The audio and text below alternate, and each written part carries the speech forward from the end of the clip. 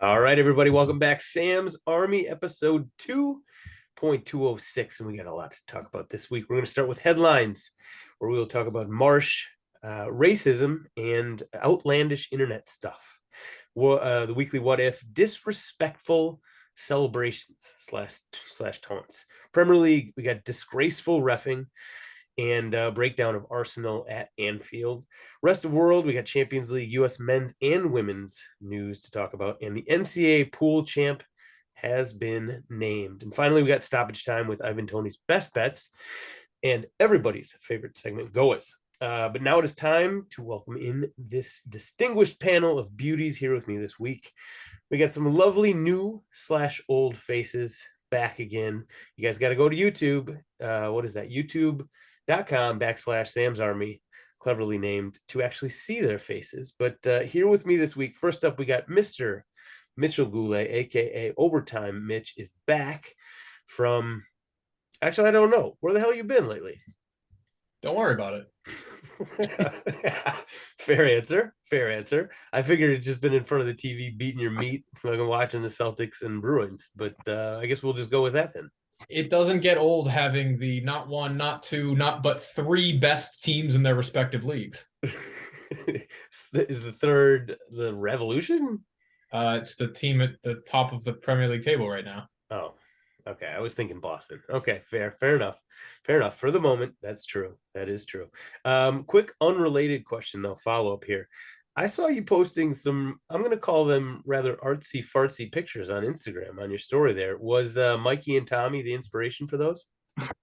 No, the beautiful New York sunset was the inspiration, really. I am often inspired by Mikey's photography in particular, but no, that was I felt moved by a sunset and felt like I wanted to share it with the world. Okay, fair enough. Shout at Tommy's photography, but we'll move on from that. Speaking of Tommy, Nostradamus is back, aka Tommy McGunner, here from the great state of Michigan, I believe anyway. So, bit of a slow start to the season for Detroit City. But I did see you get your first win in US Open Cup. Congratulations on that. Also, great to see you in the starting 11, basically right from the jump. So always good to see that. Does the Detroit City fan base / whatever support, does it live up to the hype? So I'm going to correct you. We have 2 wins, 1 league win, 1 Open Cup win. Okay. Don't cut that in half there. My statement is still factually accurate. You did get your first win. You also got your second win. So congrats on that too. Yes, I would say they definitely live up to the hype. I will also say though that they have been put under extreme weather circumstances for 2 of our home games, and the other one's been midweek, where the first one was like 50 to 60 mile per hour winds, hail and rain, and then the second one, the field was flooded for the 4 p.m. kick. So they pushed it back to 7. And still, there were fans at both of those games than most USL teams would get at a sunny and 75 on a weekend. So I think that sums up them as a fan base.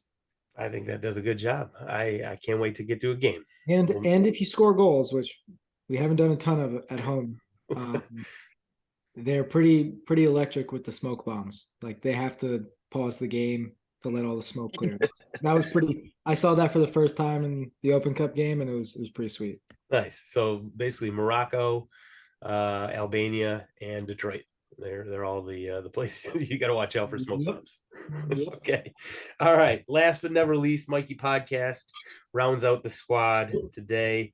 Rather than a question, Mikey, I have a statement, perhaps even an apology. I want to say sorry for giving you so much shit about your Instagram captions when you've been putting the music lyrics up there, because you stopped. And I assume it's because I gave you too much shit. So number 1, apologies. Number 2, what's it going to take for us to get back to that? I don't know, man. I had a set ready to go later tonight, so maybe I'll consider it if you don't stick the army after me like before. Okay, sounds good. There we go. There's our intro. No MLS hit and quit it, man. He's out pumping up some, well, he's basically pounding beers at Cubs game, let's just be honest. He'll be back next week, I'm sure. But for now, we'll head to the headlines. And first up is the news that actually wasn't from the week. as Fabrizio tweeted that Jesse Marsch was extremely close to becoming the next manager at Leicester. Remember, Brendan Rodgers was finally given his marching orders, albeit under mutual consent. But a day later, Fab updated the story to say that the deal had collapsed and Dean Smith was actually going to become the caretaker manager of the Foxes. So just a quick reminder, Jesse Marsch was supposed to be very close to a deal with Southampton a few months ago as well. So that's a second deal now that has collapsed, which is interesting. Let's start with you, Mikey, though. What did you think about the news? Would this have been a good move? I mean, with all the near chances that he's almost had and all the pressure he's put on, I think Jesse Marsch should be the next manager at Tottenham. But I have to be totally transparent when I say Dean Smith is the least inspiring hire to have kind of been rumored out there as Leicester head to City. So just continue to steamroll on. You want to see some bounce, some inspiration, something, but Dean Smith is just not the name that inspires that for me. He's got a little more sex factor than like an Allardyce, doesn't he? No, God, no. Nobody's sexier than Big Sam. But if there's ever, fair enough, though. I'm not 100% positive Dean Smith is going to save this team. The shots conceded numbers alone in the last 2 weeks should have Leicester fans absolutely terrified of a quit late in this team. So Dean Smith might not be the right man for that. Yeah, that's fair enough. If you just look at the roster, it's like, how is this team in a relegation fight? But man, they are very much in a relegation fight. Any qualms with that, Mitch, or anything to add?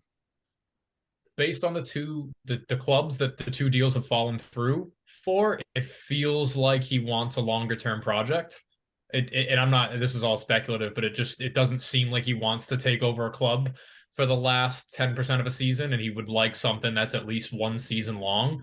And so I don't know why they fell through, but I'm a little glad it did. I don't think it would be a good move for him to go to Leicester, but I hope to see him in the Premier League again soon. Yeah, I think I agree with you there. It feels like taking a job right now, coming fresh off the Leeds thing. It feels a little like, meeting a significant other for the night at 2:15 outside a bar, for like, Bounce back. Yeah. Let's just make this work for the next, say, 2.5 hours or, right. 2.5 minutes, depending on who you are. Save my season.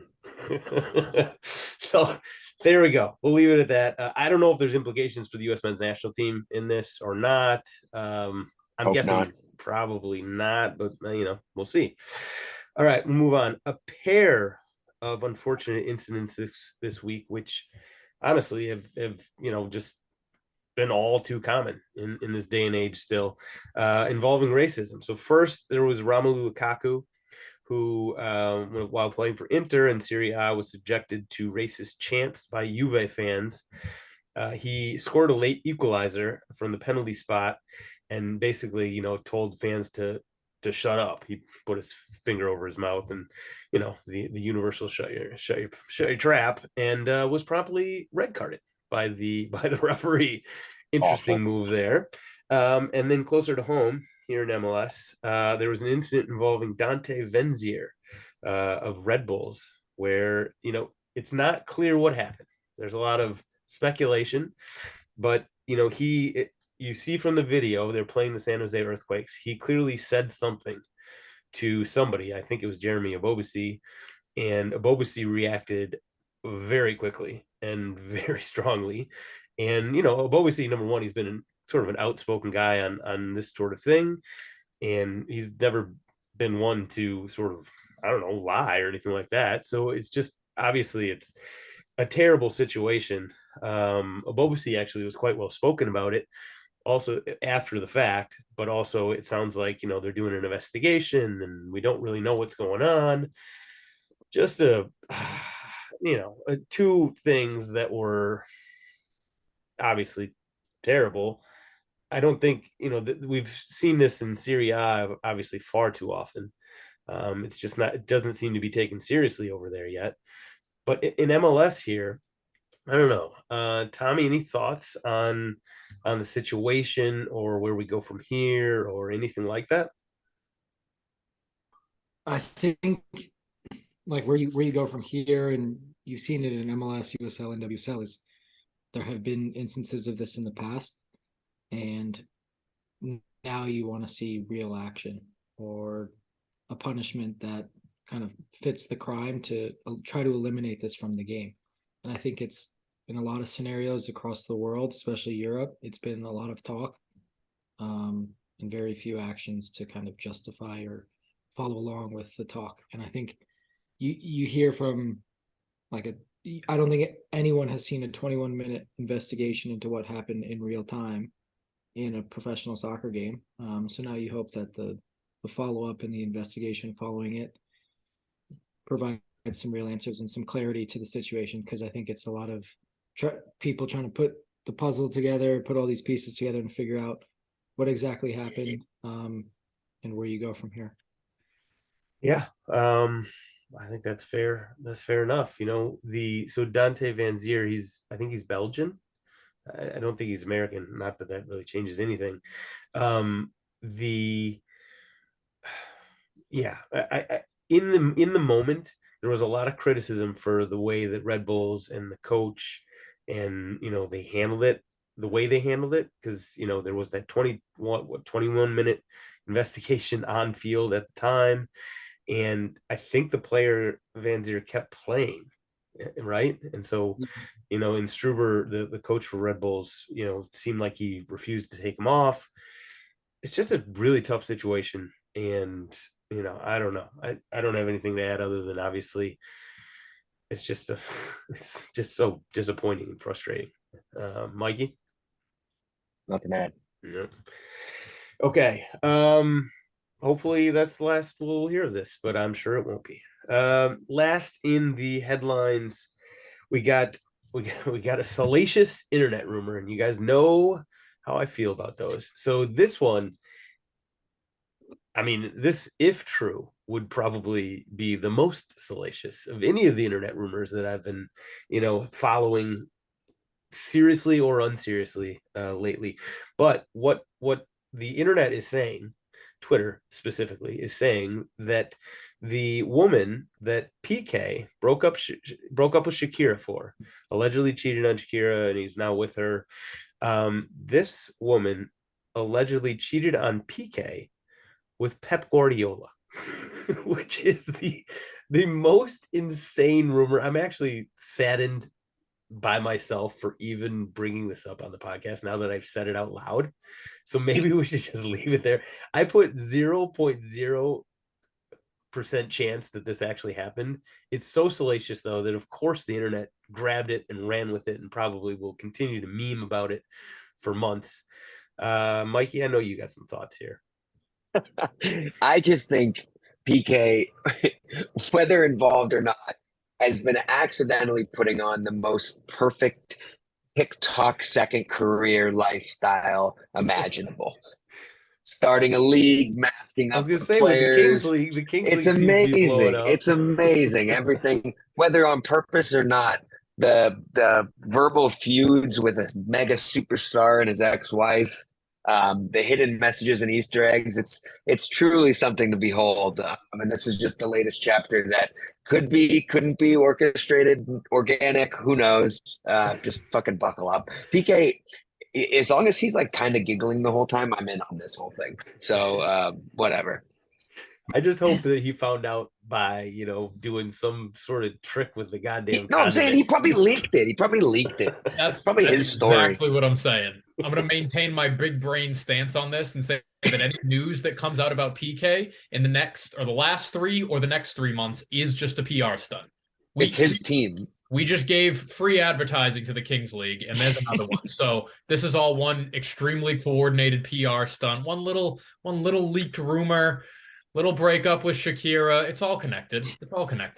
It's true. I'd be a Kings League influencer. I would take Kings League money. Absolutely, sure. I would too. I did it. I haven't watched a single game, but I see a lot of clips on the internet. they're fun.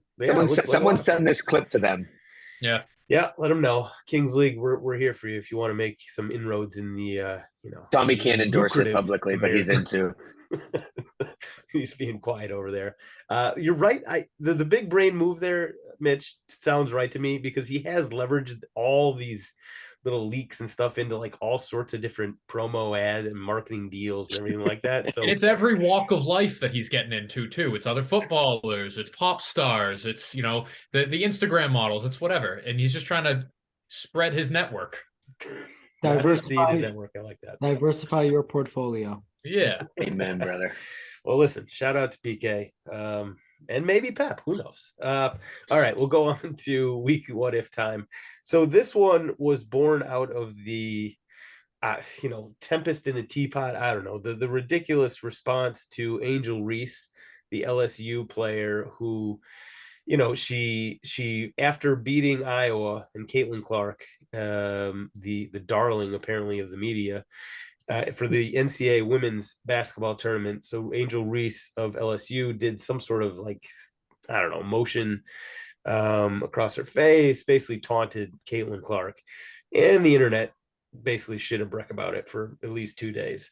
But at least it got me thinking, if you were the Angel Reese of this situation and you were just so pissed off, or you wanted to taunt let's just say you're playing your arch enemy and you score a goal and or you beat them, whatever, and you want to taunt them and just get in their head as much as you possibly can, what would you do? Like, Mitch, I know you come up with something good for this one.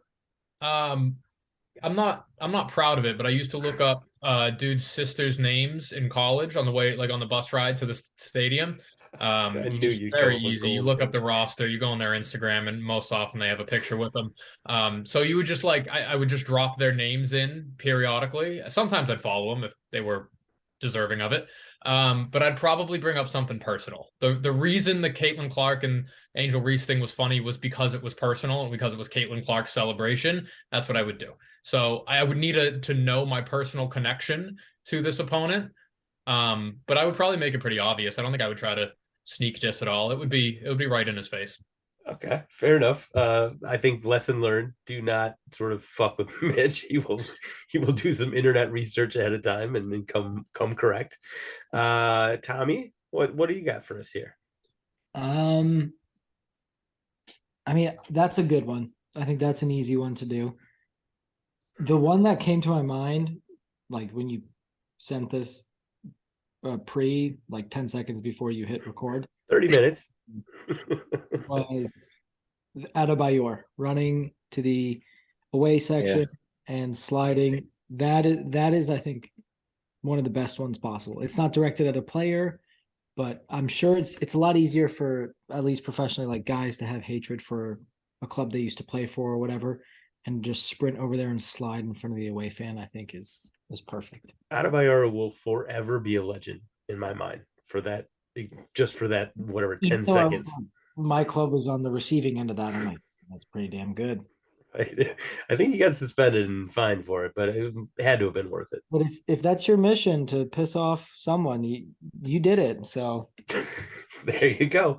Mikey, anything to add? I mean, those are basically number 1 and 2 in my mind at this point. Ooh, Arsenal getting in Van Nistelrooy's face is what I would, because there's always the chance then that you get swung on and you get the double whammy and they get out of here. You got to get an inch from their face and just put your arms up slowly above your head in front of everybody.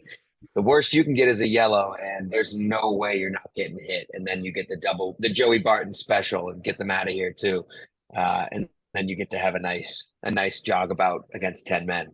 So I'm going to anything that's trying to provoke a strike on me, face to face, and as slow and taunting as possible. Try to get the double whammy. Okay. All right. Mitch fights dirty. Mikey is willing to get punched all the time at any moment.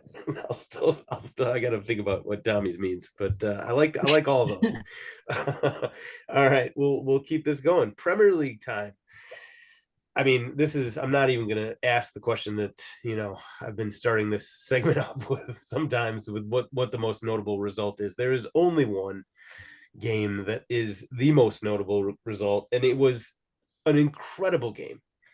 I won't call myself an unbiased, third party observer here. I was very much dyed in the wool, rooting for one team. But man, the Liverpool Arsenal, that game, like sort of the hype coming into it, just sort of everything that happened during the game, that lived up to everything I was hoping for and more. And thankfully, Arsenal didn't win, which also helped with my thoughts on it. Now, so Tyler isn't here, so I guess I'll kind of stand in as the Liverpool stan as best I can.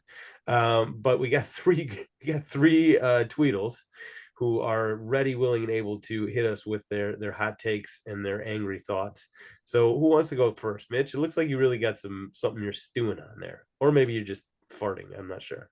Little of both. I like that you're fishing for hot takes and angry thoughts too. I don't have a ton of them. I have some scattered. It was fun. That was like the one adjective I would use to describe that game. It was a hell of a lot of fun. I am always going to be a Rob Holding apologist. I don't love him back there, but I like the idea of him back there. And he wasn't as bad as I thought he could have been. He was weak. He was a weak link back there, but he put in a shift, and I think he performed to the best of his ability, and that's where I'll leave it. Good Lord, that was so many backhanded compliments fit into like. Yeah, and I mean every single one of them. I literally think that is the peak of what he can do on a football pitch. And that being said, Saliba, come back. I thought Rob Holding's hair looked pretty good. Yeah, he went and got it done in Turkey, I think. This is years ago now, but the hairline that he has almost looks artificial. It goes like all the way back here to his head, and it's just a straight line across. Doesn't almost look artificial. It does. Rob, you look good, kid. Look better on the bench. Okay. Mikey, what do you got for us here on this 2-2 draw that had everything? It really did. First of all, you got to start by saying 4 points from Liverpool out of 6 this year for Arsenal. Offer that before the year, and I'll throw my own parade. Yep. In the context of the game, obviously, I think if they don't score before half, we do win that game. There's reasons, and we can debate up and down the block about Xhaka and igniting or any of that stuff, because we did see Arteta do it. Was that only a year ago against Jurgen Klopp on the sideline? So I came away, and again, I'm sorry for summarizing the whole thing, but when we walked out of there, I felt very glad with the point, just because of the late action from Ramsdale. But without the changes, which I think Arteta got wrong, I think I would have thought we'd have a better chance at 3 points. I thought Tierney should have come on with Kivior at the same time. If you're going to buckle down, then you might as well go for it completely and buckle down. So that's my thought there. I think there was a couple things that got wrong. Arteta can't seem to shake this little Liverpool demon he has in his head. You saw with the all or nothing overthinking with playing He'll Never Walk Alone and stuff. He mentions he had a bad game when he was a player there. I think he overanalyzes the Liverpool games and kind of overmanages it in his head. So overall, Ramsdale, the hero. If that point saves the season, then yeah, that those could go down as the greatest saves I've ever seen. So quickly, you mentioned Xhaka. Do you blame him for sort of anything? Trent came at him first, to be honest, and I think you could have had that moment after any of the tackles, but I'll defer. No. I don't get why you expect like all the blame to land on that moment. Like, right.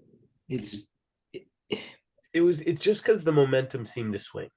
That's why I sort of picked up on it. I mean, they were so close together, like they're like a minute apart, but like that crowd is looking. I've been in the Cop. That crowd is looking for any possible reason, whether it's like a kicked cone or like a ball boy looking the wrong way, to get upset and mad, and they do it earlier in the game before. Like it's not like they don't play in front of a crazy crowd every week at the Emirates either. Like, you can say all these crowds are different, but I'm sure at some point that it all sounds like white noise, and it's just like raised up, and it's something these guys can deal with, I think. So I think that is a tired excuse for why they tied this game. And it's only been 24 hours or just over 24 hours for this game. And I am sick and tired of listening to Gary Neville and Jamie Carragher talk about this shit, because for guys that have played at such a high level, they sound like they don't know what they're talking about. But yeah, I think if you don't give up that goal at the end of the half, you're winning. You give up 2 goals in the last 5 minutes of both halves. You do that in any game and you're screwed. So they're lucky to not have lost that game. But you need your goalie to stand on his head a couple times if you actually want to have a shot at winning the league, and he did it. Yeah. Tommy, does this give you more or less confidence about the Etihad?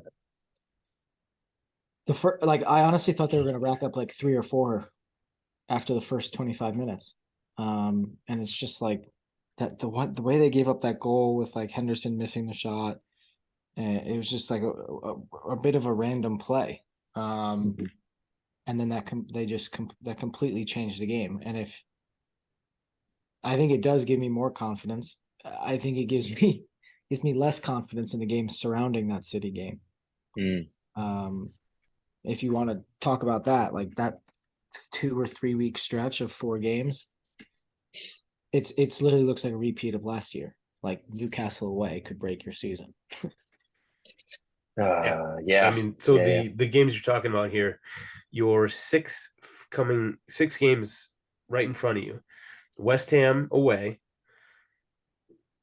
I don't know. The Declan Rice derby. Yeah, I don't know. It's like West Ham away, Southampton home, Brighton home, Newcastle away, and then Chelsea. You missed City. You missed City. So West Ham away, Southampton at home, Man City in midweek on a Wednesday. Glad City's before anything. I'm glad Southampton's the run up to City because, hopefully this doesn't fucking bite me in the ass. We dropped points against them already, but exactly we could happen last year. Yeah, it's an overlooked game, and and we're away, right? Because we drew at home with. You are away. Yep. And that's on a Wednesday. Home to Southampton. We drew away to Southampton. So you're at West Ham, then you'll be at home for Southampton. You'll be away at City, and then you host Chelsea, and then you go away to Newcastle, which by the way is not going to be an easy game, and then Brighton at home. Those 6 games in a row. I mean, obviously we could debate West Ham and Southampton, but man, those 4, they're killer. When they had a similar stretch last year at the end of the year. Yeah. With like Chelsea away, United, and I think Newcastle. That is I don't know who you guys got after that. You got Forest Wolves. Okay. Yikes. Well, if you're gonna drop points, you gotta do it. You gotta do it now. So the things I had written down about that Arsenal Liverpool game. So I had Xhaka, the Salah pen, which I don't know if penalties are in his head at this point. Maybe give him a break because he didn't even put it on goal. And that is a cardinal sin. You got to talk about the linesman elbow, but that's not really part of the game. So let's wait on that. We can do that after unless Mitch, you really want to talk about it right now? No, I had kind of forgotten about it until you said it. And then I remembered, I replayed the replay in my head and I was like, yeah, that seems bananas. I've never seen a referee take a rogue elbow shot at a player, especially not during the game. Like some people were saying that it's more symbolic of like a culture in which a player is allowed to go and harass a referee. And I would kind of agree with that, but that just seemed entirely unwarranted. That with some force. It's pace behind that. It's super Sunday League. That was interesting. That was at halftime, but it wasn't really part of run and play. So we'll hold off on that. Ramsdale. I mean, the save the one that he had on Konate wasn't anything special to me. I mean, he got back, but Konate, he screwed that one up. The one on Salah in the 92nd or whatever. It's crazy. That's a crazy save. Crazy. That one hurt. That one hurt me off a deflection as well. That goes in. How many times have you seen him score that? Yeah. But quickly, Arteta subs, specifically Odegaard, but maybe the other ones too. I know, Mikey, you touched on it briefly. Any thoughts there on? He's changed the shape before late. We know this. He goes to a 3 center back method when he brings on Holding. I think he was assured in that decision. Kiwior stepped into the holding place, and he thought he was comfortable to do that. Again, my one hiccup was if you're going to buckle down at that point, I would have switched Zinchenko as well. It's great. Hindsight's fucking perfect if he gets magged for the goal, obviously. But it just felt like the natural switch at that point. But he's done this before. This isn't like he gave a debut to Kivior, which I mean, it's technically like that's how it felt for all of us. But he has moved to 3-back system a lot when you're buckling down late in game. Well, they haven't had to buckle down a lot. And the other time they did it was it felt like the Leeds game. I would have brought Trossard on earlier, but it was just Martinelli was torching Trent. And I just think like those guys got tired towards the end of the game when you needed a little bit more like energy to relieve some of the pressure because they were just absorbing so much pressure that you need some fresh legs. I would have tried that a bit earlier. That's the only thing. And Liverpool played their cards first, and those guys changed the last 30 minutes of the game. And I think you needed to respond a little bit quicker.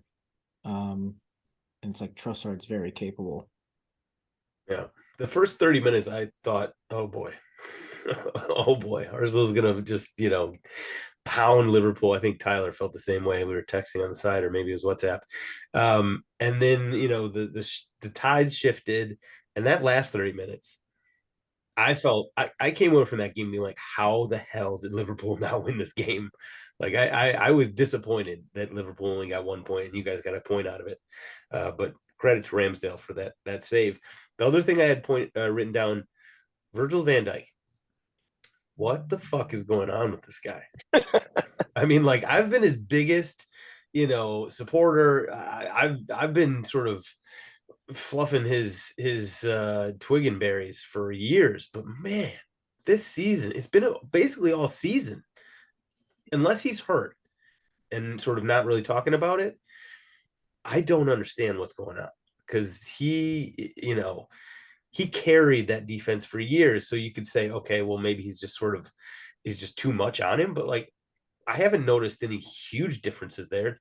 Trent and Robertson are still on the wings. Obviously, Alexander-Arnold has always been a problem, and he's helped deal with that for years.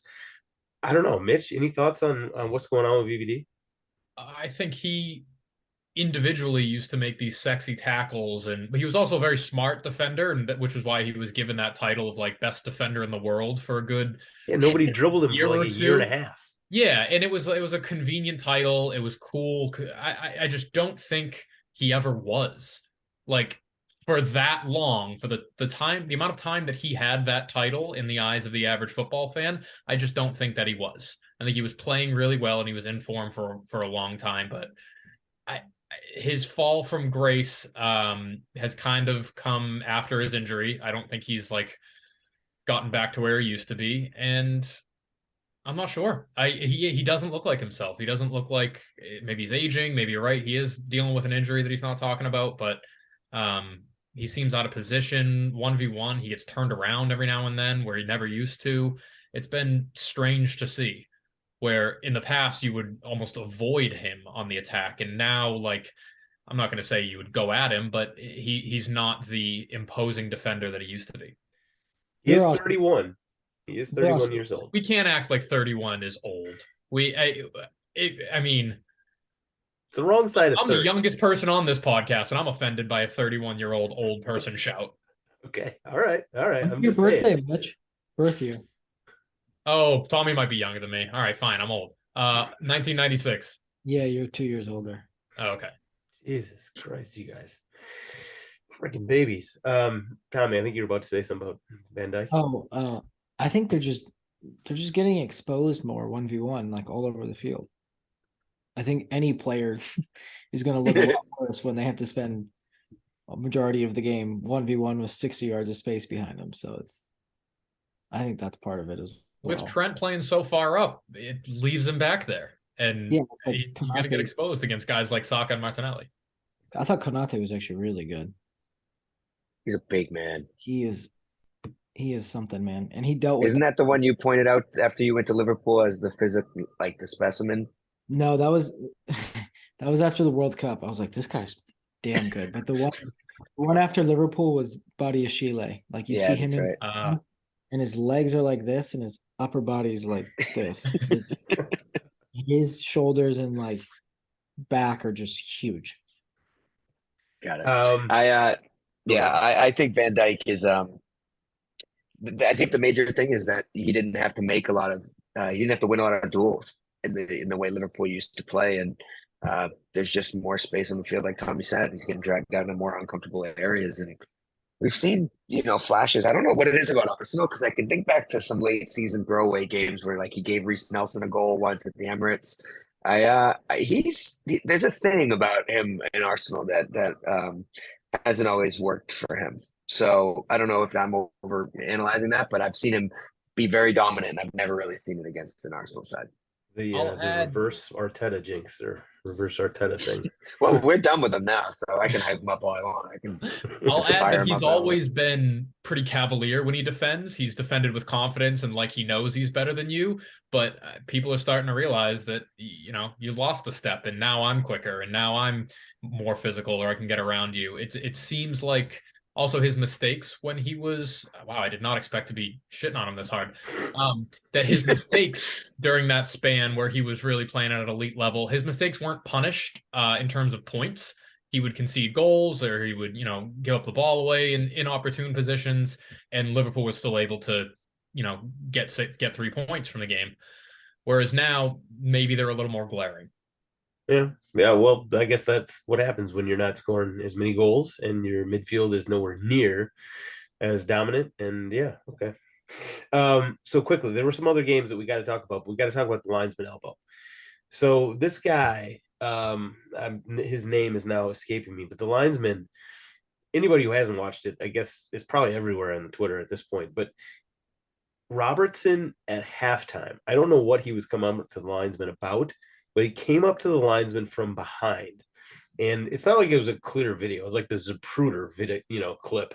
It's all grainy and it's from like half field, and it's just not a very good clip. But it looks like what happens is Robertson grabs the linesman's arm, and the linesman responds by like just basically throwing a forearm shiver at, near, into whatever Andrew Robertson's essentially chin. And Robertson responds as you probably would expect to if you catch a forearm shiver. There's a lot of things going on here, right? Like, number one, should a player be approaching the referee like a linesman or an official like that? Number two, what is this response from the official? And then number three, the fallout. So Robertson got a yellow card from the referee. There's now an investigation by whatever the FA or PGMOL into the officials' actions. I don't know. I actually have a take on this, but I'm going to save it because I want to hear what you guys think. Mitch, what's your sort of thoughts on this whole situation? I would love to see a better quality video. Like you brought up, it was like security cam footage from the top of the stadium. So it didn't, I'd also, I don't know. It seemed like an elbow with intent. It did not seem like a self-defense elbow. I didn't think Robertson approached him all that hostilely. You've seen players really kind of attack a referee and swarm a referee in the middle of games, and maybe you expect that during the course of 90 minutes and not during halftime. So he reacted in a little bit of a flinchy manner. But it seemed like way out of pocket for a referee to have that kind of a swing. I don't know. I've heard it again. Like I said earlier, I've heard it reflective of the culture that we've allowed players to buy into, which is like just swarming the referee on any decision that they don't agree with. And I'm not a fan of that either, for the record, but this didn't seem like a situation where self-defense was necessary. Yeah. Tommy, Mikey? Refereeing was poor the whole day anyway, so maybe Tommy has something to add. I think the ref deserved a yellow, really, from it, and that's it. It's done and dusted. Let's go. All right. I mean, there's people calling for his job, like saying he should never ref again. He probably shouldn't. One of the Robbies said it at halftime. There's like he'll never referee again. That seems realistically, he probably won't. That is to do that at the highest level. Sorry, I mean, there's no employer that's going to look at that and look at your name and be like, "Hey, we'll have you in our league, in a top flight league." There's like some people that like when you touch their arm, they're always like this kind of thing. Yeah. felt a little like that. Like he might be one of those guys who's like, don't touch me kind of thing, which is a different discussion.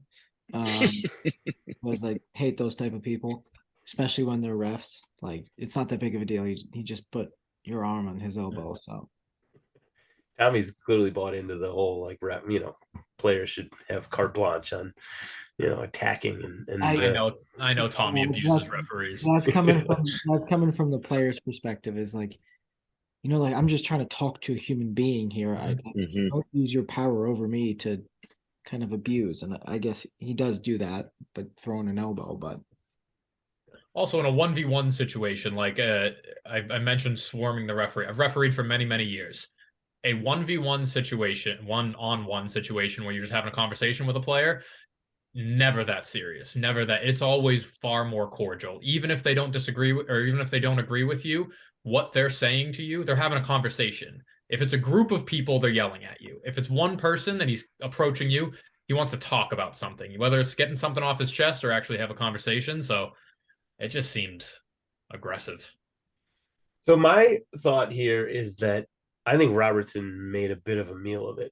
Unless he really got hit by the forearm shiver, which it's hard to tell. It's hard to tell. There's an angle where it shows that he kind of gets brushed. I wouldn't say hit, but he gets brushed. There's contact made. So if there's contact that is, obviously it sort of changes things. If there was no contact, I don't know. It seems like now we've been talking about for 5 minutes, so we've made a big deal out of it. But like, I don't know. It seems like more was made out of it. And I just feel bad for the guy. If like he didn't know Robertson was coming at him, and he clearly overreacted. But like his whole career and his whole life now is sort of down the drain. I would feel like, I don't know. That would be unfortunate. All right, quickly, let's hit the other games here. We got to start. So speaking of terrible refereeing, holy mother of God, this Tottenham Brighton game. What in the world? I have never felt dirtier about 3 points than this game. We were outmatched. We were outplayed. We were battered at home by Brighton for 90 minutes. We were the second best team in every respect. And every single, not even just close call, there were blatantly terrible calls that went against Brighton, went for us. Like there was a handball that I never even saw a replay of it. Hopefully VAR looked at it and saw and it wasn't a handball. I don't know. It looked like handball to me in real time that they didn't get a penalty on. There was I don't know, somebody stepped on Matoma's foot, which was so obvious that was like, I mean, that's a foul. It's in the box. They issued an apology. So well, that's great. I'm sure Brighton really appreciates that. That's worth a couple points. Millions of people watched that and said, oh, well, that's a penalty, obviously. And 2 people, apparently, like the VAR and then the ref saw that and said, nah, it's not a penalty. I don't understand that at all. I feel like I'm missing one here. The Matoma handball, the shoulder, I thought that was the right call. I actually thought that was the right call. I disagree there. I think if Matoma's Brazilian, that goal stands. There's a lot of players really skillfully that can control the ball with like this area of their shoulder, and he's one of them. Ronaldo's done it for years. Ronaldo, have you seen the amount of passes Ronaldo does this with? Like, this is a gray area where you can control the ball with, but it's not like he was like bringing the ball down into his feet. I think it was a really, really skillful touch.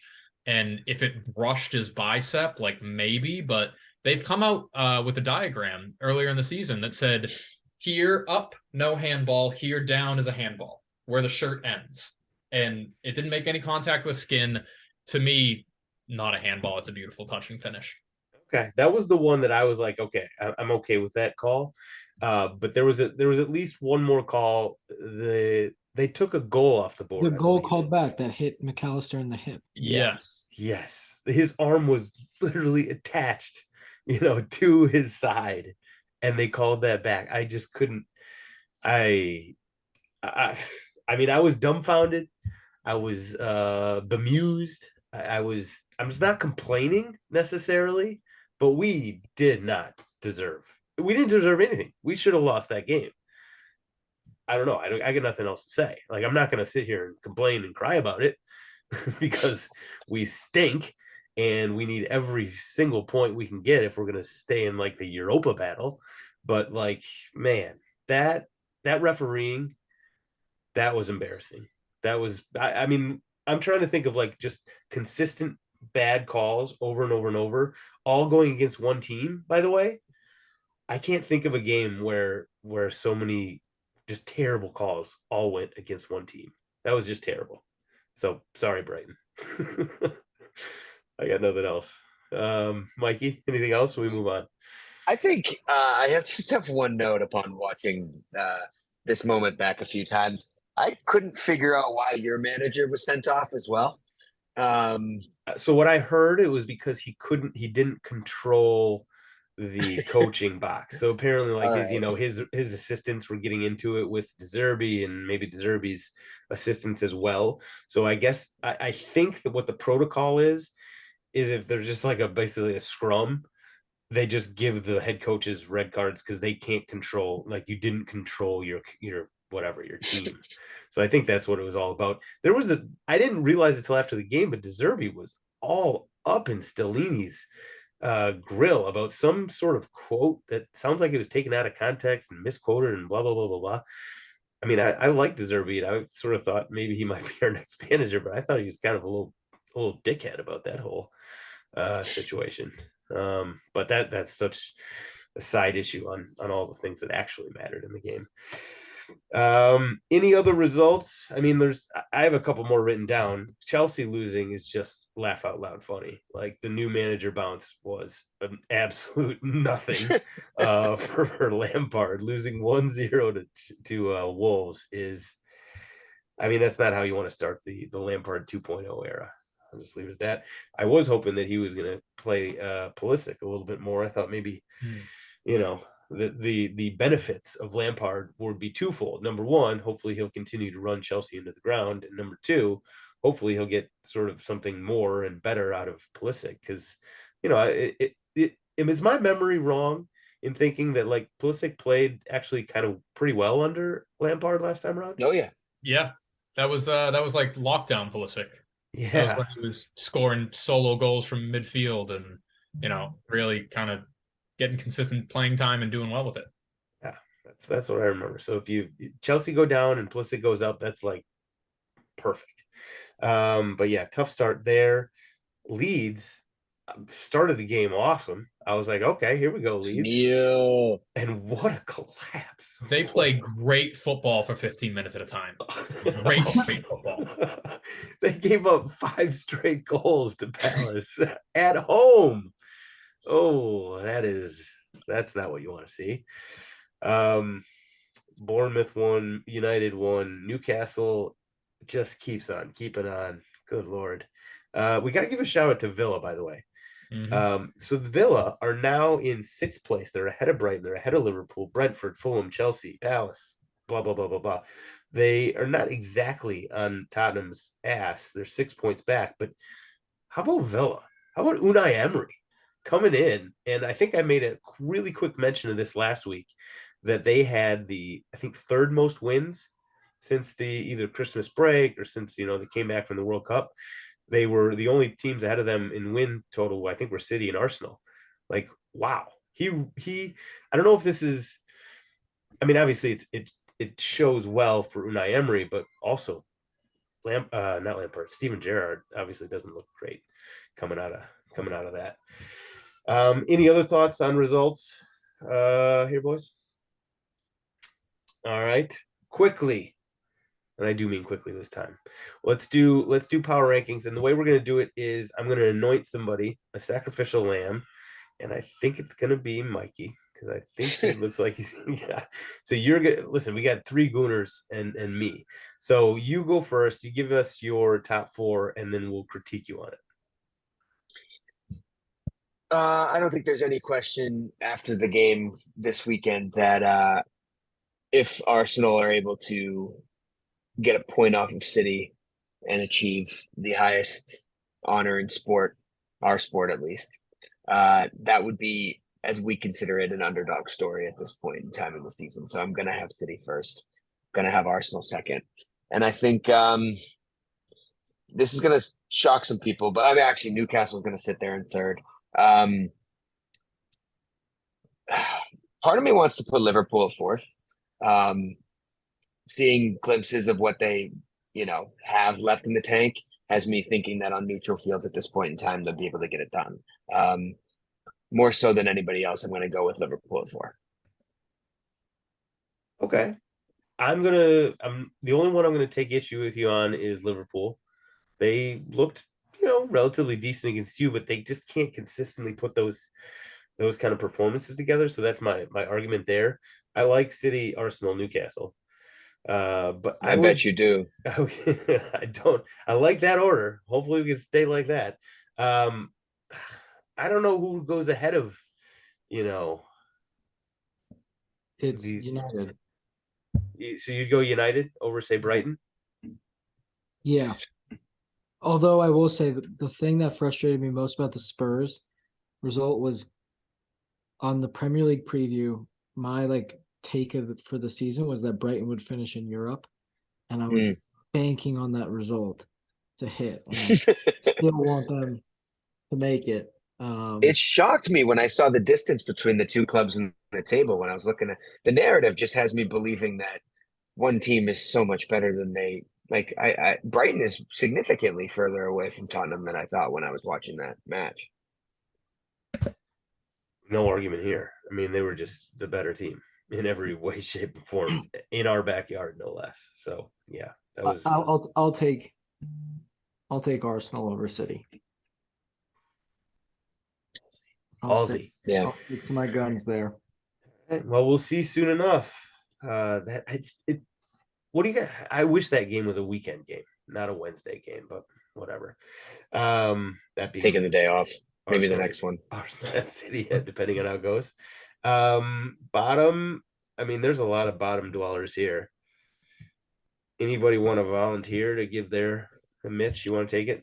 Leicester are bad. Leicester are bad. I'm going to put them at the bottom, Southampton. And then, I want to put Leeds down there as well. I think Forest beat Leeds on a neutral ground, and I know that's not a game that we're talking about right now, but I'm going to go Leicester, Southampton, Forest. I love that I weaseled my way out of the top 4, too. I was going to say, how would Forest and Leeds ever play on a neutral ground? I'm agreeing with Mitch's bottom 3. I'm not, because I have to continue to slot West Ham and the embarrassment that is West Ham and the Hammers in there right now. Declan Rice couldn't get out of town fast enough, I promise you. I keep losing money on him as well. He's always plus 400 for a shot on goal, and he goes 0 for 1 every week. He fires one from 25 and it goes over the bar. He's yet to put one on frame every week. How many weeks in a row are we looking at right 4. now? Jesus. Okay. I don't actually dislike your bottom that much at all. Leeds and Forest have played twice recently.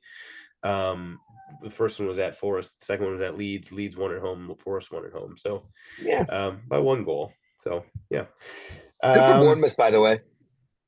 Yeah, very happy.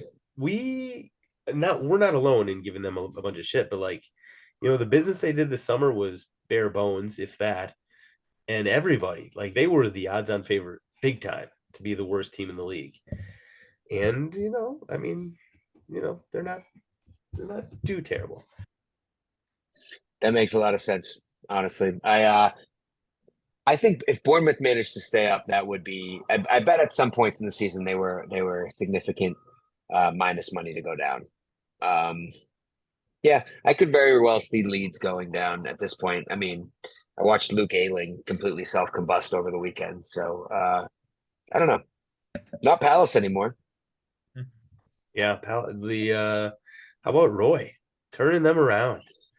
I mean, what can't Roy do? What can't Roy do? All right. Yeah, I mean that 5-1 at Leeds. That was tough. As somebody who's rooting for Leeds, and unabashedly, I'm rooting for Leeds. That result hurt. Let's go to quickly games of the weekend coming up. Anything? What stands out from the week ahead? City is going to kill Leicester. Villa Newcastle is going to be fun. Villa Newcastle's, I think I say this every week, but that really is the most British game of all time. I mean, I'm very excited for that. Would you rather have Ollie Watkins or Alexander Isak? Isak. Oh, love it. I met Isak personally. I'm biased. Love a bit of Isak. I think he's Watkins. phenomenally skilled. Watkins. That's an interesting question because I think short term I might take Watkins, but long term, no question, Isak is definitely the choice there. It's gonna be a fun. I mean, it's not gonna be a fun game. Nothing with Newcastle's fun, but it should be an interesting game. Yeah, no, that I think that is and of course it's Saturday at 6:30 a.m. Obviously, why wouldn't it be? Tottenham probably going to lose at home to Bournemouth. So that's great. Leeds, Liverpool. All right, not the most high profile. Nope. Yeah, not the highest profile of weekends. Arsenal, West Ham. What's your nervousness level here, Mikey? Man, I'm just gonna do it and say Declan Rice is gonna be inspired, but aside from that, he's inspired basically just because he wants to be recruited. I don't feel a lot of worry about this game whatsoever. We have for a long time played well against West Ham. I remember taking points every time we have to. So I think they'll take care of business. Not worried. Fair enough. This isn't Ted Lasso. An unusual response from you, but I like it. I like this new confident. No, this is just a West Ham. No. The West Ham thing is I'm wearing that proudly. I think they absolutely stink. Okay. Yeah, you had a hate boner for West Ham the last month or so. It's been 100% coming to fruition, so I'm going to stick with it. Okay. All right. We'll move on to rest of the world quickly. So we're going to skip MLS minute quit it because we missed the minute man himself is out getting drunk. US men's national team, just a couple of updates from our guys abroad. Pepe, there's some sort of dispute going on between him and Augsburg. They're saying he's not happy. Yeah, he's not happy. They don't sound like they're happy because they basically want to keep him, and he's like, absolutely not. I want to play for you, you bums anymore. Which, frankly, I can totally understand where he's coming from on that one. So that situation is something to watch because it sounds like he's getting a lot of interest from teams in England and Netherlands. Clearly, anywhere but Augsburg would be the place, would be a better place for him. So keep that one in mind. Balogun scored again, another equalizer for Reims. Gio and Christian Pulisic were both, they started on the bench. There was talk about both of them coming in with some sort of sickness or illness or something. I don't know what the deal is with that. But just something I noticed. Quickly, roster thoughts on U.S. men's national team. So the roster is going to drop any minute now, probably Wednesday, but any time now. The roster for this, we've talked about it. This game against Mexico, the Challenge Cup, All-State Challenge Cup, or whatever the hell they're calling it. The people were expecting like this to be an A team. You were going to be extremely disappointed because this is not like an international break. So the European guys, like, I don't think we're going to really see any of them. Maybe a couple of guys who aren't getting, time with their team or something. But this is going to be a lot of MLS guys. Jordan Morris will probably be on it. And people are going to shit themselves, which will actually be kind of funny to see. I mean, the guy's been scoring a ton of goals. He probably deserves it based on who we have available. So it'll be fun to watch people just absolutely shit themselves about that. Other than that, I don't really have any insights on what to expect from the roster. I mean, I know there's a lot of discussions going on not between our sporting director or our coach, because we don't have those, but there's discussions going on behind the scenes about, who they can get. I don't know who will be available.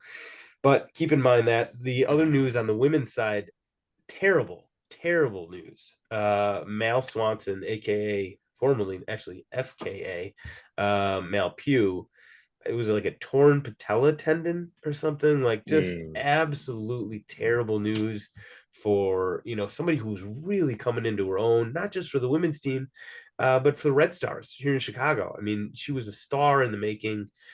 She's been playing incredibly well, and now she's out probably for the World Cup. I mean, that is a huge, huge blow.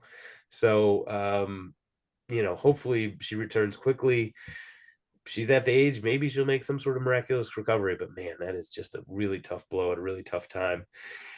And then UCL, we got Champions League is back this week, and we got the quarterfinals, leg one of, let's see, we got 4 games. Benfica hosting Inter on Tuesday, Man City hosting Bayern on City. Doesn't get much tastier than that.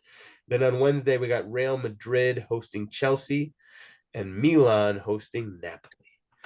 Interesting. Mikey, which one are you most interested in? Man, I don't want to insult it by saying the more limited side of the bracket interests me a lot more. I know Bayern City is going to dominate the television, and every touch is going to be so crisp and clean and perfect. It's almost hard to pass up. But I, as a man who has taken out a future on Inter to win the Champions League because he wants to hedge it, I'm very interested in seeing another game from that side. Milan-Napoli. For those of you who don't follow the Scudetto much, Milan kicked the fucking shit out of Napoli like a week and a half ago.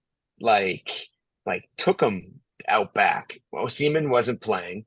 It was just like an entirely lost identity moment for Napoli. Guys that have been so consistent all year just completely fell apart. So they got to recover quickly, because Theo Hernandez and Rafael Leao are very much form players at the moment. And when Leao's in form, we know what he can do, especially against Italian opposition. So I expect that to be the weirdest one. But yeah, I'm focused more on Bayern City and the result in the AC Milan Napoli game.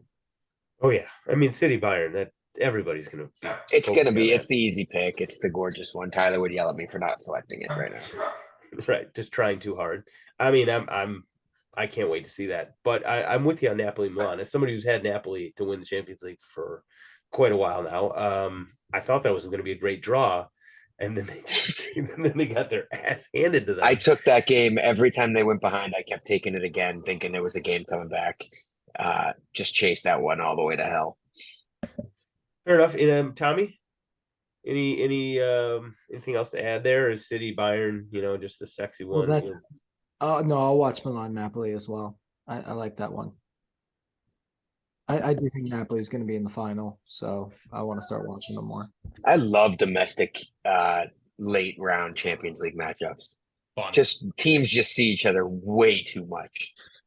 It's usually English, right? I mean, I feel like, I don't know if it's always been that way, but I mean, I remember AC Milan and Inter Milan. It might have been the final of the Champions League when they played each other years and years ago. But other than those, I always, for whatever reason, actually, Atletico and Real Madrid played in the final not that long ago as well. Okay, Bayern Dortmund in the final as well. You're digging yourself a bigger hole here, Sam. Yeah, I Chelsea am. City, just keep it going. Well, listen, it's because we've always been an EPL centric podcast, so that's where my mind went. But yeah, Not me, brother. Prove myself wrong real quickly on that one. Quick shout out for the NCAA pool winner. So Snave Mamba, congratulations, sir or ma'am. You won. There's no username other than Snave Mamba, so I don't actually know who it is. If you won, let me know. We've put some merch maybe available. I hope it's Sydney Sweeney. Somebody can, fingers crossed. I said the winner can jump on the podcast with us. So lots of awesome prizes available, but I don't know who won. So reach out to me on Twitter or Instagram, email, whatever. Congratulations to you, by the way, Snave Mamba. And actually, I should give a shout out to who came in like second or third here too, probably. So second was Snave Mamba is probably from Connecticut. Snave Mamba. I think that's a good guess. Well, first of all, everybody in the top 12 had UConn to win. So yeah, that's how that works. RJ Romeo 2. You got second. Actually, you tied with Snave Mamba, but I think you lost the tiebreaker. So That was We only unfortunate. award winners here. only Yeah, one what are we winner. doing? Keep it Everybody moving. else is losers. Yeah, so I'll give you guys were the top scorers with 1130, which is like so far above and beyond what I scored. I don't even want to know where I came in, but shout out to you guys.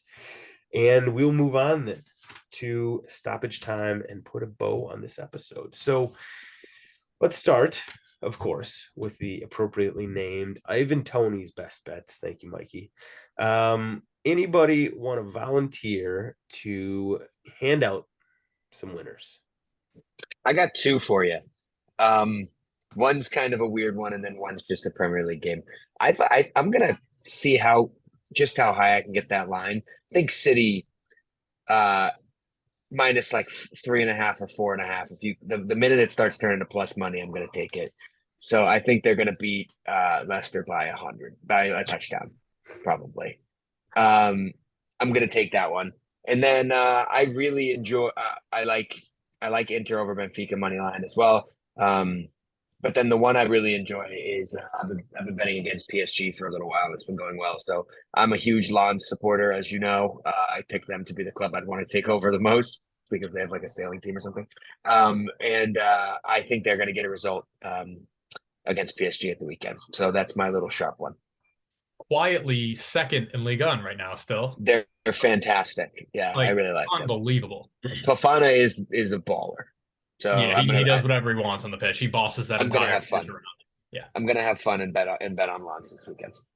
Okay, all right. I knew you were gonna come up with what is it, Uber Eats League One action for us there. Mitch, who you got? Tyler's not here to give you an ill-advised parlay, so I will. I like Villa Newcastle to draw, and I like Brighton money line against Chelsea, which you can get at plus 170 right now, which is, to me, the way Chelsea's playing and the way they don't care about the Premier League anymore, crazy. So that'll bring you to plus 815. After a midweek from Chelsea too. That's what I'm saying. They're definitely not taking 3 points. Take Brighton spread if you want, but I mean, money line sounds sexy. No, I like that. All right. Tommy, what are we looking at here? I'll start it this week because I just said it. If you want to, Napoli win the Champions League. If not, make it to the final. I like it. I like where your head's at, Tommy. Win me some money there. Can I ask, is Osimhen still injured, and until when? If anybody knows. If not, then I remember it saying mid-April on the football app when he missed Milan. I bet he plays. Yeah, that's me knowing nothing. Fair. Yeah, I haven't seen striker. Yeah. It's just a small thing, nothing serious. But he missed the last 2 Serie A matches. So that sounds like they're maybe holding him because they're so far ahead in Serie A that they're probably holding him for Champions League. So my picks this weekend, I've been on this overkick. Like I've been doing deep dark research. All sorts of leagues, kind of going the Mikey route, not the Uruguayan 7th league, but like, all over the place. And I got some winners on the over betting system, my system here. And listen, I've been actually doing pretty well with this, and I'm gonna stick with Mazatlan. Any game they play in, it goes over. Liga MX, Mazatlan, they play, I think, Xolos on Friday or Saturday. I don't know. Whenever they play, anytime Mazatlan plays, I'm taking the over there. A-League, Central Coast Mariners hosting Melbourne City.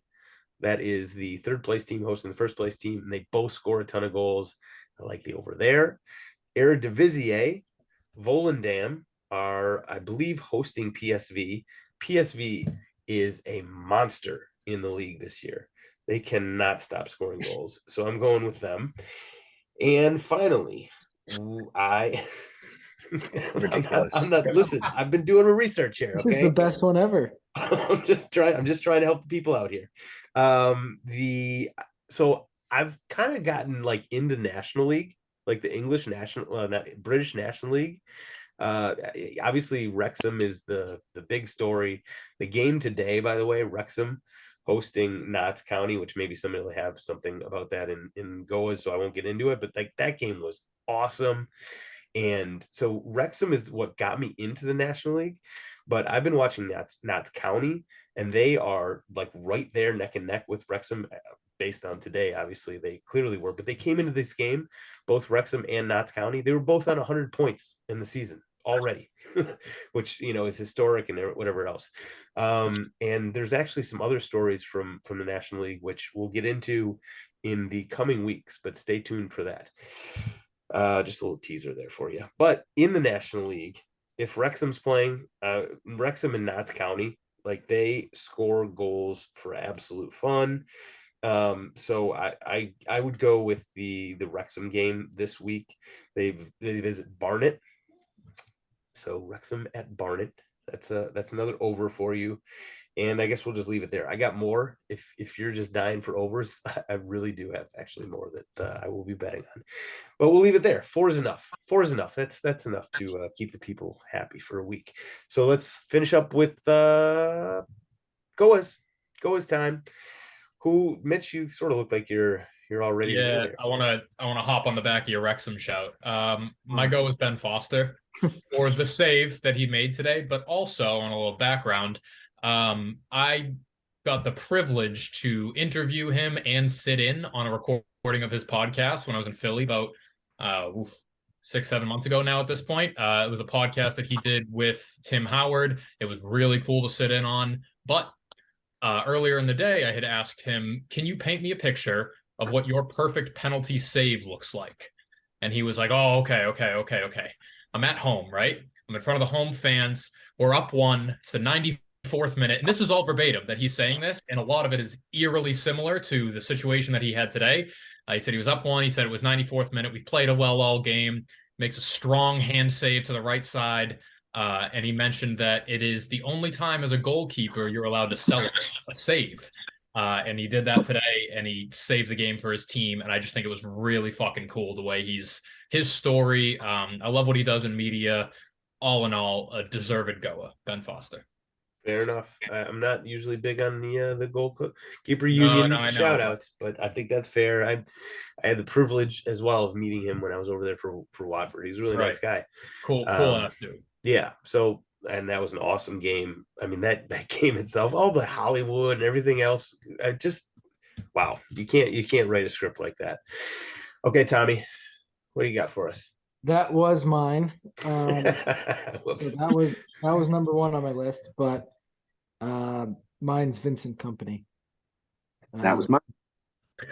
Yeah, I think he's an unreal guy, unreal coach.